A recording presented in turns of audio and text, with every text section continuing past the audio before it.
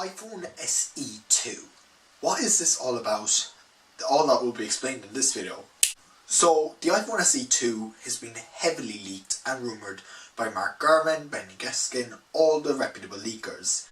It's come to a stage that we know that in the Q1 up to Q2 of 2020 they will be releasing the iPhone SE 2 or the iPhone SE 10. Make all your jokes very funny. These iPhone leaks suggest that the iPhone SE 2 will be an iPhone 8 rebrand, so to speak, because it'll be so similar to the iPhone 8 in chassis wise.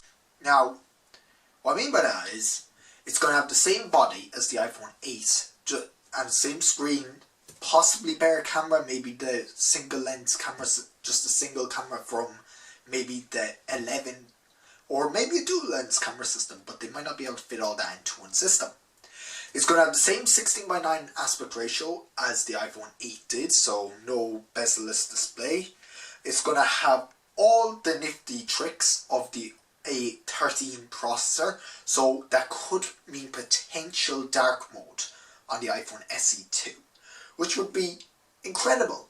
Now, granted, they're not going to call it SE 2 because the SE stood for Special Edition, and this really is a continuation of that, so they might just call it iPhone 9, which would go inside with their naming scheme and would explain where iPhone 9 went, or they could just call it iPhone 12, and then there'd be the 12 Pro, the 12 Max, whatever it would be. God, I hope it's not 11S or 12, because it'll be 11S Pro Max. Could you imagine having to say that every time you wanted to say the iPhone name? That would be atrocious. But yes, that is potentially what we're dealing with next year. There will be an SE, along with, the 6 other iPhones that were leaking this for this Q1 or whatever it may be.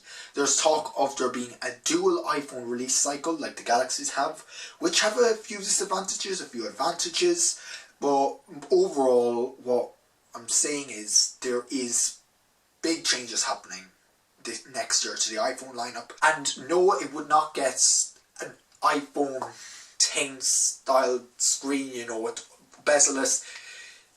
That would be too expensive, and they can't fit the whole notch in the screen of the iPhone SE without looking too out of place or too big. Whatever it might be, I don't know. They might have figured out how to put the notch in, and if they did, I wouldn't be against it, to be honest, because it's okay. Like, I wouldn't be against them having a notch, but maybe they shouldn't, just for convenience sake. It'll have an LCD display, it will not have an OLED display because OLED is more expensive to manufacture. It'll still have Touch ID and it's a home button instead of Face ID, because Face ID is very expensive to manufacture, and it's one of the reasons that the iPhones cost so much is because they have to manufacture all those sensors and fit them into the notch.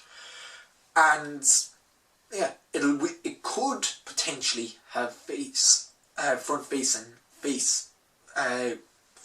portrait mode, which lets you take incredible shots, and maybe they might do something computationally.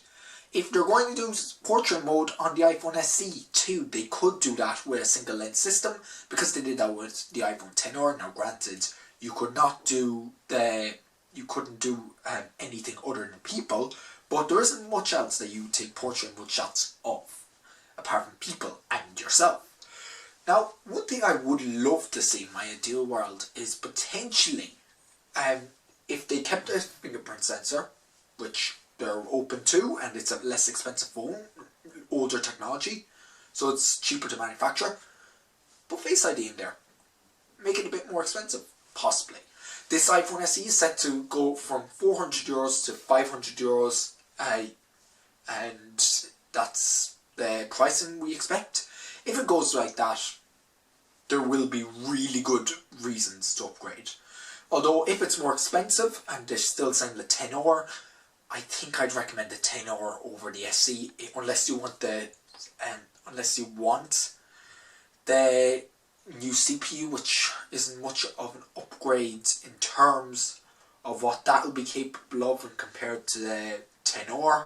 Thank you so much for watching, and I'll catch you next one.